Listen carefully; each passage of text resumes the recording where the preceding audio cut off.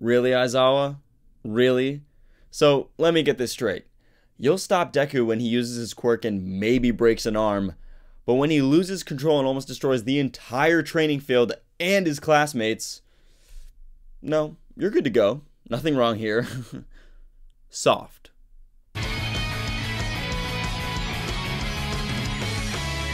What's up? It's Truth Hero, and I might be scruffier than Aizawa Sensei, but we're going to talk about My Hero Academia chapter 214 in the manga. Now, not too much happens in this chapter, it's just a continuation of the battle between Class 1A and Class 1B, but Horikoshi is really going to great lengths to set up Deku vs Shinso and the long-awaited rematch between them. He even removes some characters from this chapter, and we don't really see anyone. However, we still get some development between Uraraka and Deku, and Monoma, and of course, Shinso. So let's dive in.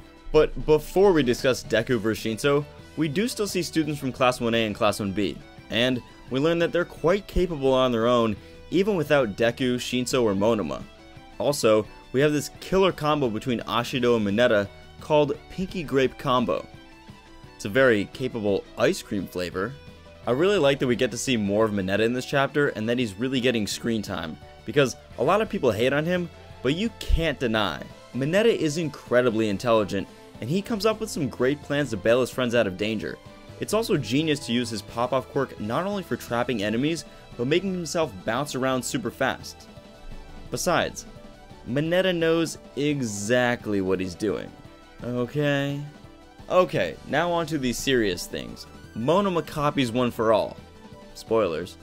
But I'm very disappointed here. I had high hopes for Monoma copying One for All, and then he'd get insane power and we'd have something crazy happen, and even some development for his character. But instead, we just get something else. Come on, don't tell me you guys didn't want to see Monoma copy One for All and then suddenly blow his arms off. No? Just me? Okay. Maybe Monoma copying One for All just didn't work because he forgot to scream it in his heart and clench his butt. Oh. In all seriousness, there are two things I'd like to discuss here with Monoma. Number one, I don't think Monoma was bluffing like Uraraka said he was. I think he truly copied One for All, but the problem was he received the original stockpiling quirk that the original Vestige used, aka All for One's brother. This would explain why Monoma didn't really gain any strength or power from it, and Uraraka was easily able to pin him down with a martial arts move. Either that, or Monoma just sucks at hand-to-hand combat. Either way, it's not really the One for All we imagine. Number two, Monoma goes on a very bizarre monologue about side characters and that he can never truly be the main hero. But now that he has One for All, this is his chance to get off the sidelines and be that main hero. He can be like someone who has a blessed quirk, like Deku, who is fortunate enough to have One for All. In this monologue, Monoma says something that really caught me off guard, which is, in the grand scheme of things, there will always be someone who goes against the main guy. I took this as referring to that main hero. Now, there's obviously a chance that this could be a friendly rival or someone who just goes against the mainstream, but with Monoma's emotions in this state right now, I can't help but think that he's a bit resentful of heroes who are strong. I've never really been a fan of Monoma being the traitor or a villain like he's somehow All for One's son, but this changes my opinion of him a bit. Him being jealous of others and their quirks, which give them enough power to be strong on their own, is certainly enough motive for him to be the traitor and to be working with the villains. I feel bad for him, honestly. He's certainly upset that he doesn't have a powerful quirk like One for All, or one that allows him to be strong on his own and be that hero in the spotlight, but if Monoma doesn't accept his talents and use them in a unique way, he could be headed down the path towards villainy real soon. If you even remember from a few chapters ago, Monoma actually explained this to Shinso, that Shinso with his brainwashing quirk and Monoma with his copying quirk, the two of them would have to do very unheroic things just to be heroic and to be heroes. Now, Shinso didn't really buy into this all too much, and this is a true testament to how Shinso has actually accepted his quirk, although unfavorable, in a very positive way, and that he's going to try his best to be a hero. He might not be the best or the one in the spotlight, but he's going to use his quirk to help people. And it really calls into question Monoma's motives for being a hero. Believe it or not, this is actually a type of chiasmus between Monoma and Shinso, where one character develops in a positive way, Shinso with his positive outlook on his quirk and situation, and another falls from grace, Monoma with his negative outlook and his resentment over his quirk. To me, if Monoma doesn't snap this cycle of resentment and jealousy, he could be headed down the path towards villainy. But let me know what you guys think in the comments below. If Monoma stays disenfranchised, could he turn into a villain? Speaking of positive attitude towards one's quirk, Shinso doesn't mind not being that main hero. He's cool being out of the spotlight, just like his favorite hero, Eraserhead. Now, we have this scene between Aizawa and Shinso where Aizawa is teaching Shinso the scarf, and he tells him that people like them need to learn how to handle things alone so they don't get killed. Deep words, but true words. If you remember back at the USJ incident, while Aizawa did really hold his own against those thugs and hold them off, he was only able to do so in combination with his quirk and the scarf. And if Shinso's going to be a good hero, he's going to have to learn this technique, even if it takes him 5 years to master it. This just confirms that he's a big softie.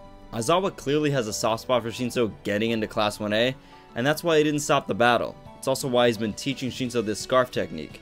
Aizawa really sees himself in Shinso and just wants the next generation to succeed. Also, they both really love cats. Shinso is not the same person Deku fought at the sports festival. Not only is he now determined more than ever to be a hero, he clearly has some serious skills with that scarf. Also, Shinso's pretty reflective when he's training with Aizawa, and he's reflective of his past battles. He does not want to make the same mistake twice with the scarf. This time, he'll be faster and more tactical, and his opponent, on the other hand, Deku, is a little shaky with One For All right now. Personally, I think when Shinso fights Deku, Shinso will use his scarf and Deku will use Black Whip. But Deku better not let Shinso get out of his sight, because with one word, it could be over. But let me know what you guys think in the comments below. How will this epic rematch go down?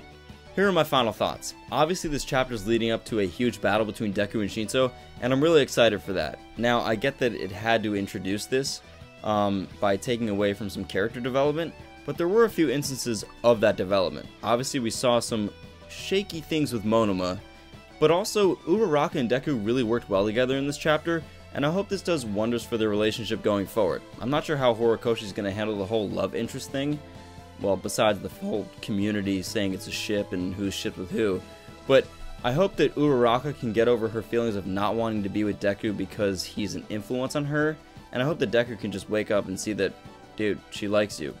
The only other thing that I'd mention is that Deku used Black Whip in the last panel of the chapter really automatically. Now, this is fine, as I get it's trying to showcase a new quirk, but I hope not all the quirks from the Vestiges are like this. I hope that Deku actually struggles, because if he doesn't, he's rather OP, and I don't want him to be that OP yet, until he actually fights Shigaraki and All For One in the final arc. As always, thanks for watching.